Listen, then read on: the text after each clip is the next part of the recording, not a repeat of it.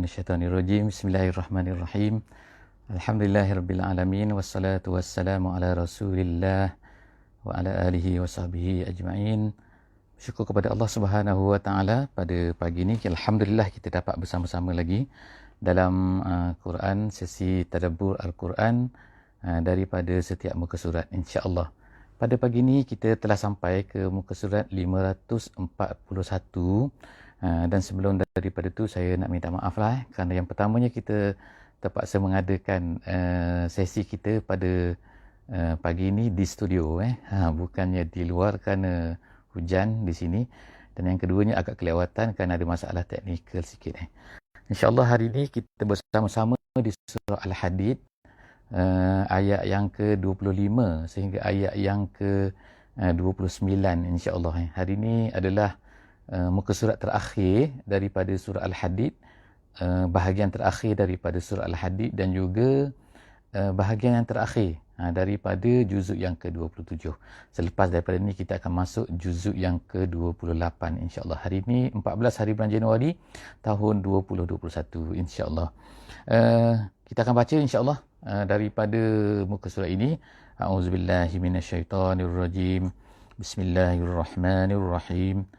Laqad arsalna rusulana bil bayyinat wa anzalna ma'ahum al-kitaba wal mizan liyakuman nasu bil qisti wa anzalna al-hadida fihi ba'sun syadid wa manafi'u lin-nas wa liya'lamallahu man yansuruh wa rusulahu bil ghaib innallaha qawiyyun aziz. Sadaqallahul azim. Alhamdulillah, itu adalah di antara ayat yang kita baca pada hari ini, iaitu ayat 25 daripada surah Al-Hadid. Jadi apakah yang akan diceritakan oleh Allah Subhanahu Wa Taala di dalam muka surat ini, muka surat 541 pada hari ini, iaitu Allah Subhanahu Wa Taala menceritakan beberapa perkara, iaitu Allah Taala dengan kurnianya, dengan anugerahnya, dengan nikmatnya memberikan kepada manusia ni pelbagai-bagai nikmat kepada manusia. Tetapi bukannya perkara ini sia-sia, bukannya tak ada tujuan. Ada sebab Allah Subhanahu Wa Taala memberikan kepada manusia perkara-perkara ini adalah untuk menguji manusia sebenarnya. Dan ianya tidak memberi manfaat bukannya untuk Allah Subhanahu Wa Taala, bukan memberi manfaat kemudarat kepada Allah Subhanahu Wa Taala, tidak, tetapi adalah untuk manusia itu sendiri. Kemudian Allah Subhanahu Wa Taala sebutkan bagaimana dia telah memberikan kepada manusia ini rasul demi rasul demi rasul, dan kemudian bagaimana sebahagian besar daripada manusia ni dia ni sesat ni. Kenapa? Kerana tidak mahu mengikut apa yang telah ditetapkan oleh Allah Subhanahu Wa Taala.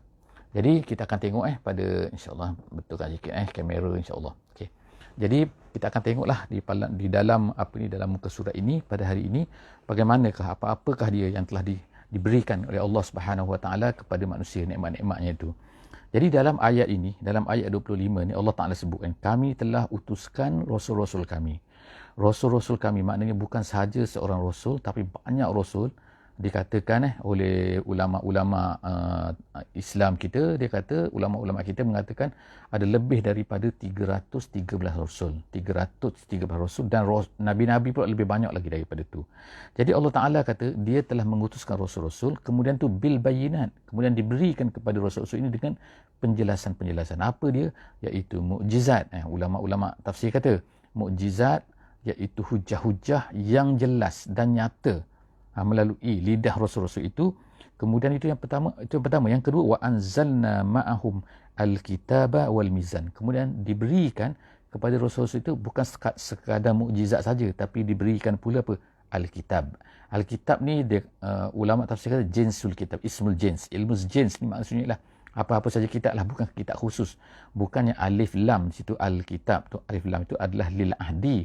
Ada alif lam tu kadang-kadang lil ahdi. Alif lam ni dalam bahasa Arab ni banyak jenis. Lil ahdi ni maksudnya the lah, maknanya the dalam bahasa Inggerisnya. Tapi di sini bukan makna the. Tapi maknanya kitab-kitab, iaitu jenis kitab. Tak kira Taurat ke, Injil ke, kemudian Zabur ke, Al-Quran ke, semua tu adalah Al-Kitab. Wa anzalna, kemudian Allah Ta'ala turunkan rasul, turunkan mukjizat, kemudian berikan kepada mereka tu rasul kitab pula. Kemudian diberikan apa? Mizan wal mizan. Mizan ni ialah neraca. Kalau ikut bahasa asalnya, perkataan asalnya mizan ni ialah dacing tu yang digunakan untuk timbang apa-apalah kan iaitu. Tapi al-mizan di sini ulama tafsir kata adalah maksudnya al-adlu, iaitu keadilan. Ataupun setengah ulama kata ialah iaitu pengukuran-pengukuran yang menentukan satu perkara itu baik ataupun tidak baik.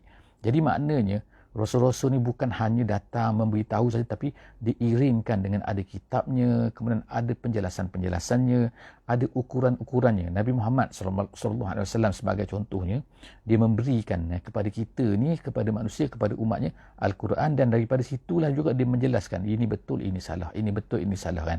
Jadi itu nama dia Al-Mizan. Liyakuman nasu bil qisti. Tujuannya adalah supaya manusia ini adil, supaya manusia ini tidak menyeleweng, supaya manusia ini tidak lari daripada apa yang telah ditetapkan oleh Allah Subhanahu Wa Taala. Allah nak bagaimana? Allah nak al-qistu tu bagaimana? Jadi supaya manusia itu tegakkan al-qistu tu. Jadi ada ukuran dia. Jadi kalau kita sekarang kita kata kita ada undang-undangnya. Jadi apa-apa masalah kita refer pada undang-undang. Kita tak cerita pasal undang-undang ikut Islam tak ikut Islam, tapi kita nak katanya keperluan kepada undang-undang tu. Kalau ada undang-undang, maka manusia boleh cuba bayangkan kalau dalam sesuatu tempat tu tak ada undang-undang langsung. Jadi apa-apa siapa-siapa nak refer pada siapa? Refer kepada suka hati. Tak boleh. Jadi mesti kena ada undang-undang. Jadi Allah Subhanahu Wa Taala telah kirimkan Rasul-Rasul ni, kemudian diberikan mukjizat, kemudian diberikan Alkitab, kemudian diberikan Al-Mizan. Kita nak kata sekarang ni kaedah-kaedah syarak ke dan sebagainya, itu pun boleh juga. Al-Mizan itu adalah ukuran-ukuran kan, kaedah-kaedah syar'iyah yang mana yang menjadi ukuran kepada manusia supaya manusia itu boleh tegak dengan betul lah di atasnya. Wa anzalna, yang seterusnya Allah Subhanahu Taala sebut dia kirimkan pula tu wa anzalna. Setengah ulama kata anzalna sini ialah ansha'na wa ja'alna kan wa khalaqna, menjadikan apa? Al-hadida fihi ba'sun syadid wa manafi'u linnas. Allah Ta'ala tak cukup dengan tu. Allah Ta'ala beri pula kepada manusia apa? Iaitu benda, mata benda, perkara, alat, logam yang boleh digunakan. Kami berikan kepada manusia, kami ciptakan untuk manusia itu apa? Besi. Daripada perkataan Allah sebut sini, jadi dia kata diberikan besi. Dia gunakan perkataan di sini anzalna, diturunkan. Kalau ikutnya nazala ni makna daripada atas ke bawah. Jadi sebab tu ada setengah-setengah ulama tafsir, mereka mengatakan bahawa besi ni sebenarnya tidak ada di bumi dulunya, tapi Allah Ta'ala turunkan daripada langit melalui meteor yang jatuh, kemudian dia berselerak jatuh dalam bumi ni, kemudian dia masuk dalam bumi ni, manusia kemudian boleh korek, jadilah lombong besi. Lombong besi itu adalah untuk mengeluarkan besi yang ada berselerak dalam itu, kata setengah ulama lah. Tapi secara umumnya ialah Allah Ta'ala jadikan besi.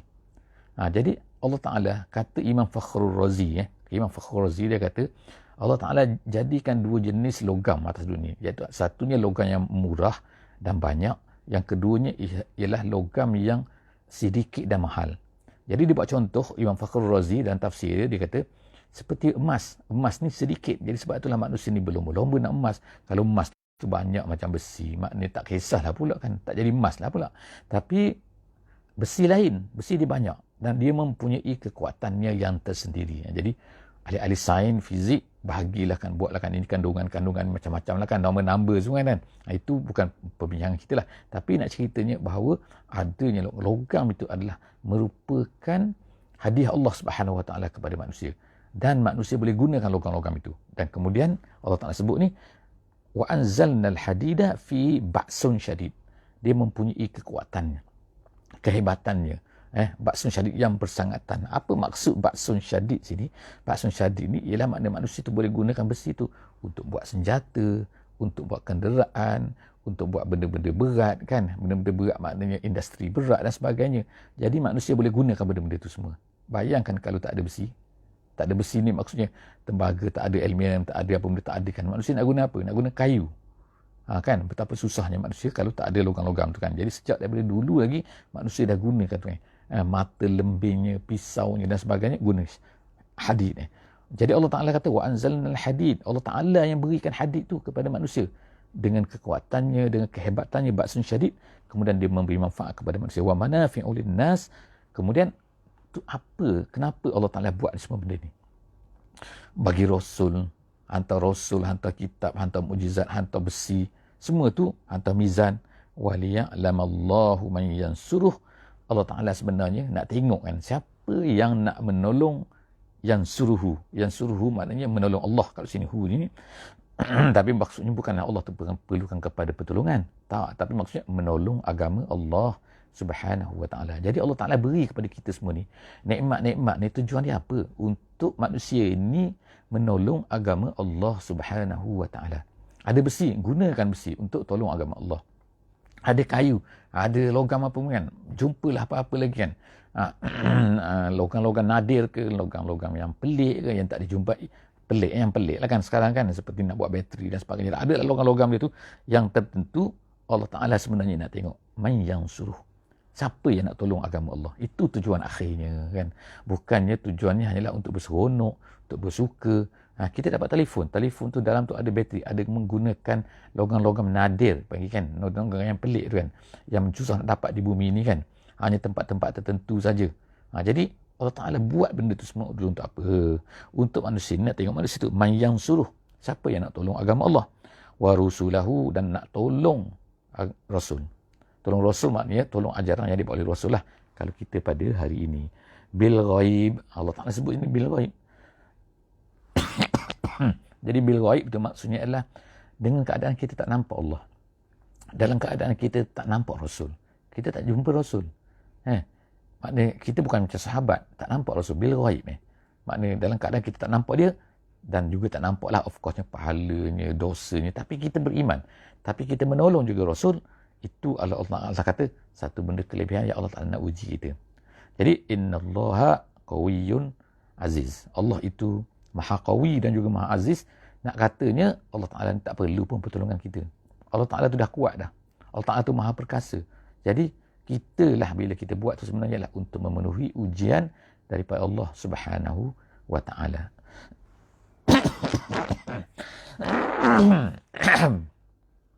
Seterusnya ayat yang ke-26 ayat yang ke-26, walaqad arsalna nuhan wa ibrahim wa ja'alna fi zurriyyatihim an-nubuwwata wal kitab. Kemudian Allah Ta'ala sebut kami telah utuskan Nuh dan juga Ibrahim. Jadi kalau tadi disebutkan Allah Ta'ala telah mengutuskan nabi-nabi. Jadi di sini dipanggil ataf. Ataf maknanya ialah dah menceritakan secara umum. Sekarang diceritakan secara detail pula. Detail itu apa? Iaitu Allah Ta'ala sebutkan dua orang Rasul, Nuh dan juga Ibrahim. Ulama tafsir kata kerana kedua-dua ni adalah masyhur. Dalam dunia masyhur. Nuh dengan banjir besarnya. Ibrahim kerana anak-anaknya semua tu adalah daripada keturunan itulah menjadi Rasul-Rasul. Jadi Allah Ta'ala kata kami utuskan Nuh, kami utuskan Ibrahim. Dan kemudian kami telah menjadikan fi zurriyyatihima pada kedua-dua zuriat keduanya itu an-nubuwwata wal kitab. Ada nabi-nabi, ada kitab-kitab. Semua kitab itu adalah daripada Nabi Ibrahim AS. Daripada keturunan Nabi Ibrahim AS. Sama ada Zabur ke, sama ada Quran ke, sama ada Injil ke, sama ada Taurat ke. Taurat kepada Nabi Musa AS. Nabi Musa adalah keturunan daripada Nabi Ibrahim. Kemudian Injil kepada Nabi Isa AS daripada Bani Israel. Kemudian Zabur kepada Nabi Daud AS, iaitu salah seorang daripada Nabi-Nabi Bani Israel, ayah kepada Nabi Sulaiman. Jadi semua tu adalah daripada zuriat kedua-duanya. Wal kitab faminhum muhtadin. Tapi ada di kalangan manusia ni yang muhtad. Itu Allah Ta'ala cerita hakikat kan. Allah dah beri. Kemudian ada mereka dapat petunjuk. Dan wakasirum minhum fasiqun. Tapi ramai di kalangan mereka ni fasik. Maknanya jahat. Maknanya menyeleweng. Jadi Allah Ta'ala dah sebut clear kat sini. Bahawa banyak manusia ni adalah sesat. Banyak manusia adalah tak betul. Bukan banyak yang betul. Ya, ada yang beriman. Faminhum. Ada yang beriman. Tapi ramai yang tak betul. Jadi kita yang hidup pada hari ini ni kena jaga-jagalah kan. Janganlah kita ni nak ikut ramai manusia. Ramai manusia bukan penentu betul ataupun tidak betul satu benda tu. Yang menentukan betul tu adalah Alkitab was sunnah, Quran dan juga hadis. Selain daripada tu maka tak betul. Alhamdulillah kita ada ulama-ulama yang mengajar kita, memberitahu kepada kita kan apa dia kandungan Quran, apa dia kandungan hadisnya. Jadi alhamdulillah. Dan ingat ramai manusia sesat. Itu adalah tugas kita lah untuk menyampaikan Islam kepada mereka. Ayat yang ke-27. Summa qaffayna ala Ibrahim ala atharihim summa qaffayna ala atharihim birusulina. Allah Ta'ala seterusnya mencerita selepas daripada tu Allah Ta'ala telah qaffa. Qaffa ni daripada perkataan al-qaffa. Al-qaffa. Qaffa ni maknanya ialah ikut maknanya dalam terjemahannya. Tapi asal makna al-qaffa ni ialah belakang ni. Di belakang leher ni kan.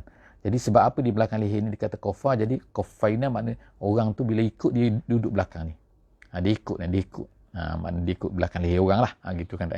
Jadi Allah Subhanahu Wa Taala sebut sini kami turutkan selepas daripada tu kan ala asarihim di atas kesan mereka, maksudnya selepas daripada mereka tu. Selepas daripada Nabi Nuh, selepas daripada Nabi Ibrahim, datanglah pula birusulina dengan rasul-rasul kami. Ramailah rasul-rasul tu. Wa qaffayna bi Isa bin Maryam, dan kemudian selepas tu kami ikutkan pula selepas daripada tu, turutkan pula selepas daripada tu apa? Iaitu Nabi Isa ibni Maryam. Jadi Allah Ta'ala spesifikkan sini, sebutkan secara khusus, dikatakan oleh ulama tafsir, dia kata disebutkan Isa ibnu Maryam kerana apa? Kerana jarak di antara Nabi Nuh dan juga Nabi Ibrahim itu sangat panjang. Jauh kan. Kemudian datanglah yang terakhirnya Nabi Isa AS. Jadi sebab itulah disebutkan Nabi Isa di sini. Dan kami turuti selepas daripada itu dengan Nabi Isa AS. Wa atainahul Injil, dan Allah Ta'ala beri kepada dia Al-Injil. Injil ini ialah daripada perkataan, dikatakan perkataan Greek tua. Perkataan Greek lama. Nama An-Najlu. Jadi orang Arab bila guna An-Najlu, kadang-kadang maknanya An-Najal ni ialah maknanya anak lelaki. Kadang-kadang An-Najal ni maknanya ialah satu benda yang cahaya, yang bercahaya dan juga luas. As-si'ah wal nur. Jadi itu dikata An-Najal. Itu dalam bahasa Arab lah. Penggunaan bahasa Arab dia ambil daripada bahasa Greek. Tapi dah jadi bahasa Arab lah.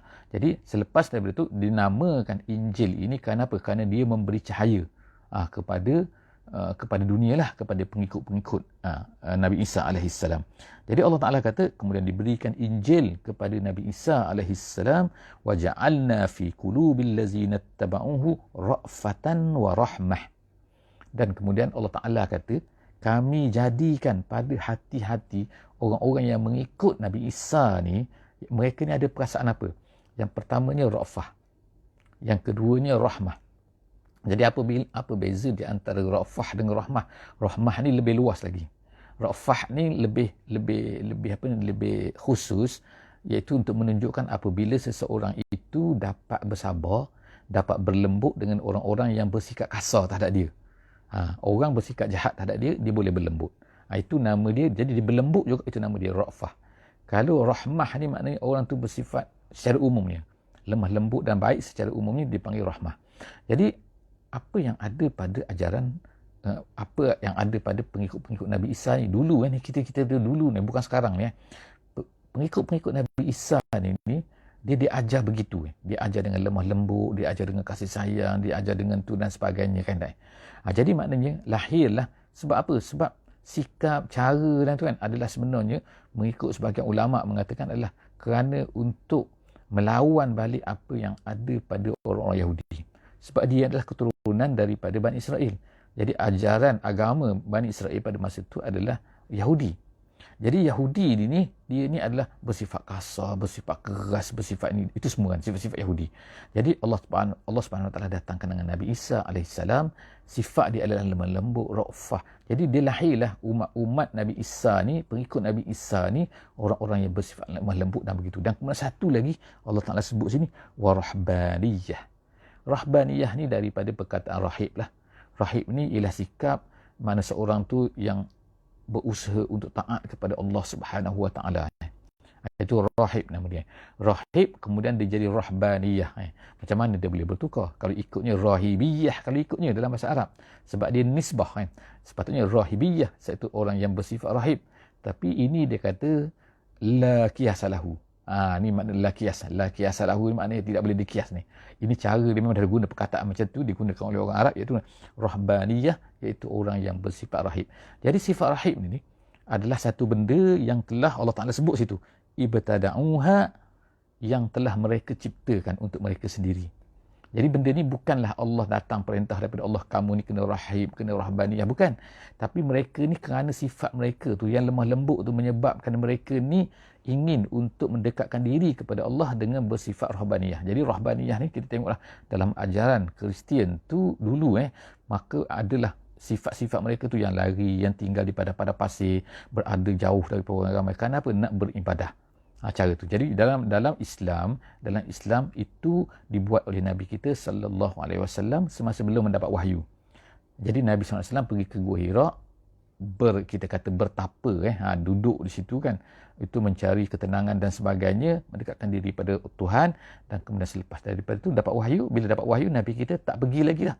Nabi duduk bersama dengan masyarakat. Jadi dalam Islam ni, ajaran Islam kita ialah apa? Kita duduk bersama dengan masyarakat untuk memperbaiki apa yang ada dalam masyarakat. Tapi dalam ajaran Kristian ni, yang dicerita ni, ialah mereka ni buat rahbaniyah. Ibtada'uha, mereka ciptakan benda tu. Nak kata salah ke tak salah? Asalnya adalah tidak salah. Asalnya kan. Ibtada'uha, kemudian tu, ma katabnaha alaihim. Mereka tu buat benda tu bukannya ketetapan daripada Allah Subhanahu wa taala. Allah Taala kata, ma katabnaha alaihim. Kami tak tetapkan, kami tak suruh mereka buat macam tu. Tapi mereka nak apa? Kerana nak illa btigha ridwanillah. Mereka buat macam tu kerana nak mencari keredaan Allah Subhanahu wa taala. Jadi salah ke? Kalau ikut asalnya adalah tidak salah. Selagi mana mereka melaksanakanlah ketetapan-ketetapan, kewajipan-kewajipan yang diwajibkan ke atas mereka. Cuma fama ra'auha haqqa ri'ayatih. Allah Ta'ala kata, fama ra'auha, sebahagian daripada mereka selepas daripada tu, kata ulama tafsir, ialah mereka tak jaga. Tak jaga apa? Tak jaga rahbaniyah tu. Asalnya rahbaniyah macam ni. Lama-lama rahbaniyah tu dah jadi menyeleweng daripada yang asal. Jadi kita lihat sekarang lah kan. Jadi banyak daripada rahbaniyah daripada ajaran Kristian tu dah menyeleweng. Dan ada terserap masuk juga di kalangan orang Islam. Itu masalah dia kan. Masalah juga tu kan. Dia termasuk situ kan. Sebab ramai di kalangan juga ialah daripada orang-orang yang asalnya Kristian telah masuk Islam. Jadi kadang-kadang tak terkawal. Jadi mereka masuk dan juga telah mempengaruhilah sedikit sebanyak kan ajaran-ajaran begini.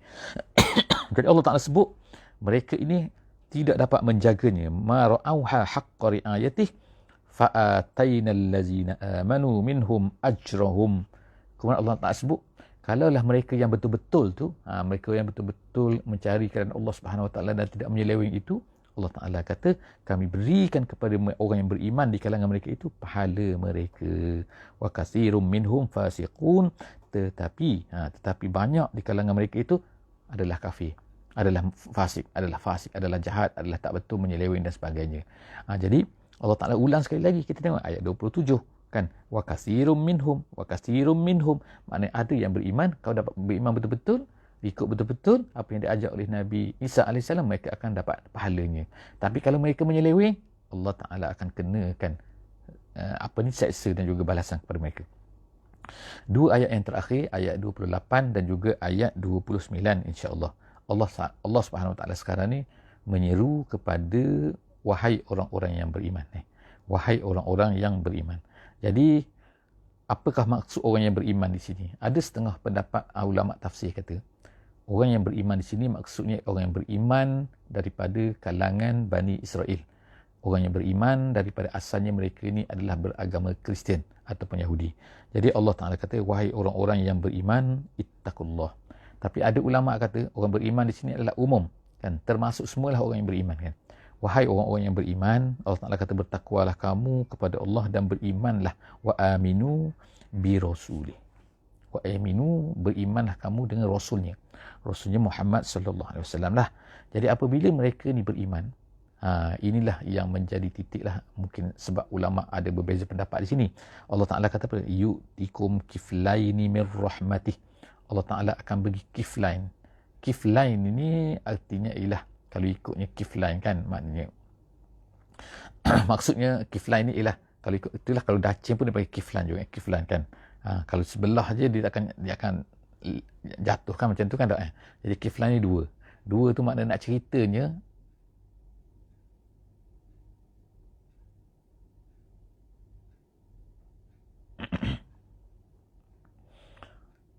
suara tak dengar ke? Orang lain ada tak yang boleh dengar suara? Minta maaf gangguan sekejap. Tengok orang lain. Ada tak orang lain yang siapa yang dengar suara ni, sebab tadi tak ada masalah tadi. Siapa yang dengar suara ni tolong maklumkan tolong bagi respon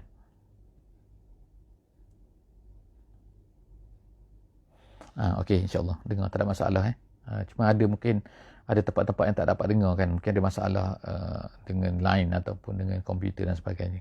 Jadi insyaAllah seterusnya, jadi kita kata sini kan ada dua dua pendapat sini kan. Satu pendapat kata iaitu apa, iaitu ya ayyuhallazina amanu sini, wahai orang yang beriman situ. Beriman tu beriman, siapa yang beriman, orang Bani Israel ke, orang Bani Israel yang beriman ke, ataupun daripada umat Islam. Jadi ada dua pendapat situ. Jadi kita baca dia, tengok kan macam mana kan. Dia Allah Ta'ala kata siapa yang beriman ni dengan Rasul, maka Allah Ta'ala akan beri kiflain. Kiflain ni maknanya nasibain, dua benda lah, dua dia dapat ni, bukan satu saja. Dia dapat nasibain ni, dua bahagian. Dua bahagian min rahmatih, daripada rahmat Allah Subhanahu Wa Ta'ala. Wa yaj'al lakum nuran tamshuna bihi, dan Allah Ta'ala jadikan kepada mereka ni cahaya. Cahaya apa yang mereka boleh berjalan dengannya. Wa yaghfir lakum, dan kemudian Allah Ta'ala ampunkan untuk kamu semua kalau kamu beriman. Wallahu ghafurur rahim. Kemudian seterusnya ayat yang terakhir, li alla ya'lama ahlul kitab. Kenapa Allah Ta'ala ceritakan dapat dua bahagian lah begini kalau beriman dan sebagainya ni? Allah Ta'ala sebut sini li alla. La di situ kata ulama adalah la zaidah. La zaidah, la tambahan. Maknanya kalau kita nak faham ayat ni, kalau ikutnya ialah la tu ikutnya tak ada. Tapi ada sebab ada itu adalah kerana balarah lah. Itu kita tak cerita di sini, tak ada kesempatan kan.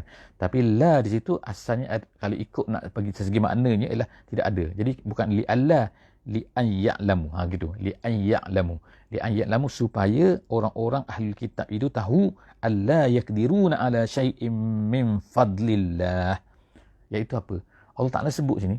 Allah Ta'ala sebut dia nak beri macam ni, nak beri dua bahagian, nak beri ni, nak beri banyak dan sebagainya kan. Tu semua tu adalah hak Allah Subhanahu Wa Ta'ala. Allah Ta'ala ceritakan benda tu semua, nak cerita apa, nak beritahu apa kepada manusia, kepada ahli kitab ni. Sebab ada ahli kitab kata ni kan, ahli kitab ni yang kadang-kadang tu setengah daripada mereka tu berasa berbangga lah. Mereka kata, wow dapat dua, kami lebih hebat daripada kamu lah. Jadi berbangga-bangga ni Allah Ta'ala tak suka. Allah Ta'ala tak suka, jadi Allah Ta'ala kata, Allah Ta'ala cerita semua ni adalah apa? Nak mengatakan apa? Bukan nak mengatakan kamu ni lebih, kamu tak lebih. Tak, bukan nak cerita pasal benda tu. Nak cerita bahawa Allah Ta'ala ni boleh beri kepada sesiapa yang dikehendakinya, dan kamu ni, ahli kitab tak boleh nak larang. Tak boleh nak halang kalau Allah Ta'ala nak beri. Jadi Allah Ta'ala kata sini, li'alla ya'lama ahlul kitab, supaya orang ahli kitab tu tahu bahawa apa? Alla yakdiruna ala syai'im min fadlillah. Bahawa mereka ni tak langsung ada power, tak ada kuasa, tak ada dapat menghalang kalau Allah Subhanahu Wa Ta'ala nak beri sesuatu kepada manusia. Itu yang penting. Yang penting bagi kita kan. Sehingga kita pada hari ni bila kita baca ayat ni kan, kita rasa bahawa kalau Allah Ta'ala nak beri itu tak adalah kita katakan, kalau kita lah sebagai contoh kan. Kita pekerja. Kemudian kita ada ketua, kita ada manager, kita ada pemilik syarikat, owner kan dan sebagainya. Tiba-tiba dia nak beri. Kemudian kita komplain pula. Kenapa beri pada dia? Kenapa tak beri pada saya? Terpulang pada dia lah dia nak beri. Sebab dia pemilik tu kan. Dia pemilik. Dia nak beri kepada pekerja ni lebih dan sebagainya. Tu terpulang lah. Kalau dia nak beri hadiah. Kenapa saya tak beri hadiah? Terpulang pada dia. Jadi Allah Subhanahu Wa Ta'ala macam tu lah kan. Memberi amaran lah. Marah kepada ahli kitab ni kan. Sebab apa? Adalah kisah dia. Di sini kan kisah yang berlaku di mana ada ahli kitab tu rasa macam tu. Jadi Allah Ta'ala kata, kamu ahli kitab jangan pandai-pandai lah maknanya kan. Sebab apa? Kamu tak boleh. Allah Ta'ala nak beri, terpulang pada dia. Jadi Allah Ta'ala kata, supaya Allah Ta'ala cerita semua ni kan, nak beri dua, nak beri kepada orang beriman ni kan. Orang tak beriman, tak dapat dan sebagainya. Supaya mereka tahu bahawa sebenarnya mereka ni tak mempunyai kemampuan apa-apa. La yakdiruna ala syai'im min fadlillah. Mereka ni tak ada kuasa untuk menentukan apa-apa pun kalau Allah Ta'ala nak kurniakan apa-apa. Wa annal fadla biyadillah. Allah Ta'ala kata fadla, kurniaan itu biadillah, di dalam kekuasaan Allah Subhanahu Wa Ta'ala. Allah Ta'ala nak beri pada siapa, terpulang pada dia. Yu'tihi man yasha. Dia nak beri pada siapa, terpulang kepada dia. Wallahu zul fadlil azim. Dan dia tu sangat banyak kurniaan dia. Maknanya kalau diberi pun tak habis, jadi terpulanglah pada dia. Dia nak beri apa-apa pun.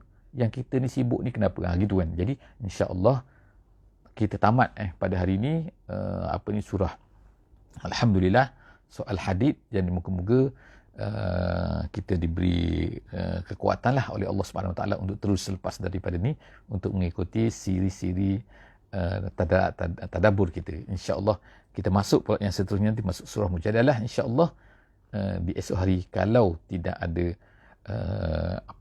halangan daripada Allah Subhanahu Wa Taala. Kalau Allah Taala izinkan, kita akan bersama-sama insyaAllah. Ada orang bertanya kepada saya, bolehkah di-sharekan? Jadi saya selalu ulang-ulangkan, beritahu selalu bahawa sila share. Bukannya boleh ataupun tidak boleh, tapi nak minta kepada kita semua supaya sharekan di mana-mana saja tempat kepada semua manusia, insya-Allah.